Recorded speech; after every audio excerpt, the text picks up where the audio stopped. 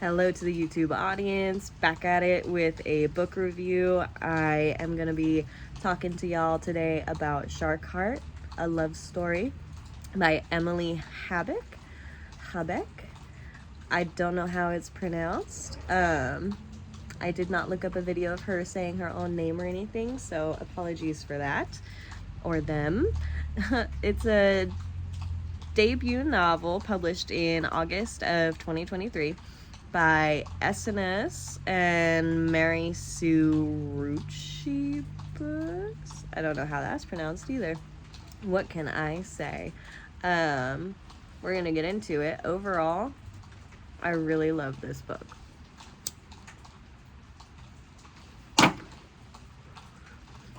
I'll be honest with you, I'm not a picky person, but I quite love this book. I thought the writing was, and I kind of wrote my little notes out here. I don't have too many notes. It's not going to be a long video. I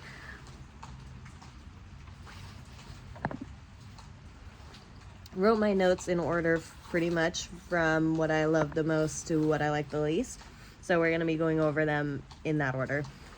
Oh, let me give you a little bit of intro about the book though.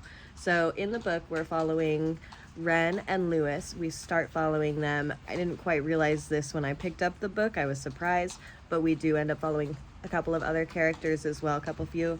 And so I didn't expect that, but there are more characters throughout the book. I thought it was just going to be Ren and Lewis when I first started reading it. Ren and Lewis are a set of newlywed and they face this challenge where Lewis, the husband, ends up with this disease where he transforms over the course of a year into a great white shark, and he retains his human consciousness throughout this process and after he becomes a shark. And it's about what happens when that happens. We follow Ren and Lewis's experience of that.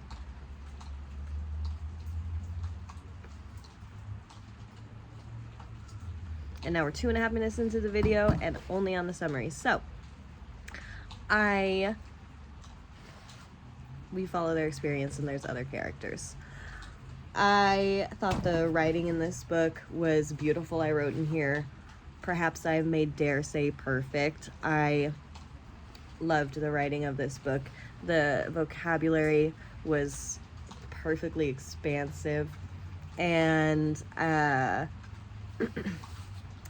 very poetic, lyrical as hell. It sounded very soft, while not just using soft words, like not having a limited vocabulary and not having a limited field subject matter so that everything had to feel soft. Like it's not a soft book. It is, but the writing is just so poetic. It really creates an atmosphere, and that is something I highly value in a book. If a novelist can show a particular writing style all throughout the book and it really immerses you in a feeling.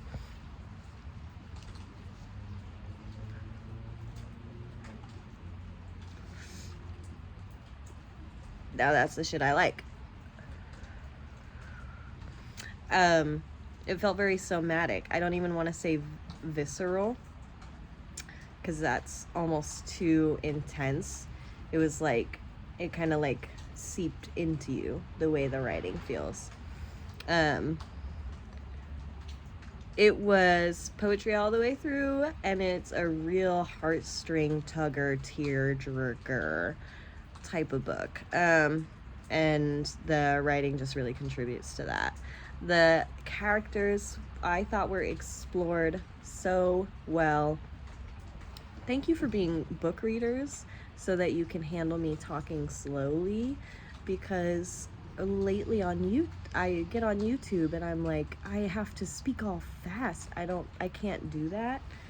especially as I'm doing a book review. So thank you for having patience to pay attention while I speak slowly. I felt so much love and empathy for these characters, and the experiences that they were having. I took a lot of notes in this book. I don't have the book with me because I lent it to a friend who I thought will really enjoy it, and I will recommend it to you. But we'll get into that later. So I can't show you the book, but maybe I'll try and put a picture like on the thumbnail. I don't think I'm gonna put a picture up here because I'm not that advanced with editing yet, but I'll put a picture in the thumbnail or whatever. It's a real man versus circumstance fucking battle that they're going through. Man versus nature, man versus the body. It's like, I love that.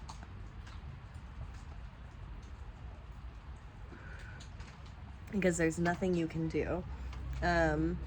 It's a novel about there being nothing you can do, about things being out of control, and how to like be a person through that, even when you're being a shark. What? Or how to become a shark and not be a person anymore? Question mark. It's really interesting thought experiment and villain that comes up in this book, and that's like also my favorite part about it, aside with the writing. The other characters we explore, Angela and Margaret C. Finnegan. Like I said, I was not expecting them in the book. I didn't realize, but I thought that they really rounded out the story so well. It answered a lot of questions and brought up more possibilities for the questions that you already had.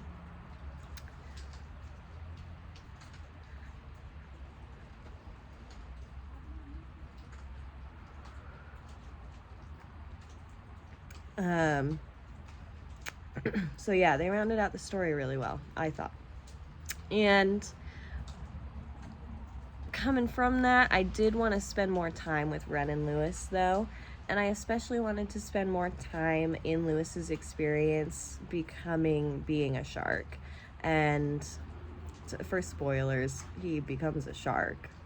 If you didn't believe that would happen based on the description of the book, he has a shark experience, and I wanted more of that. I wanted more of the experience of the atmosphere, the way the world changes, the way your perception changes. Like, there was some of it, but I wanted a lot more. But you could honestly probably write a whole other book about it. So I can sort of understand why there wasn't more of that, but I really, really, really wanted more. I really wanted more.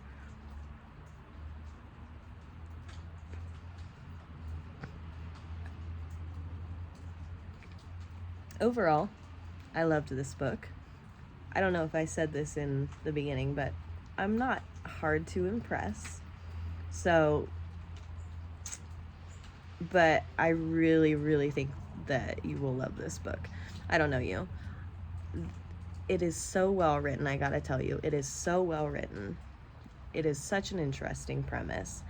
It is explored so well. There's a deep longing in my heart the whole time for them to find each other again and everything to be fixed. And I won't tell you whether they do or not, but it was so emotionally, I was so invested.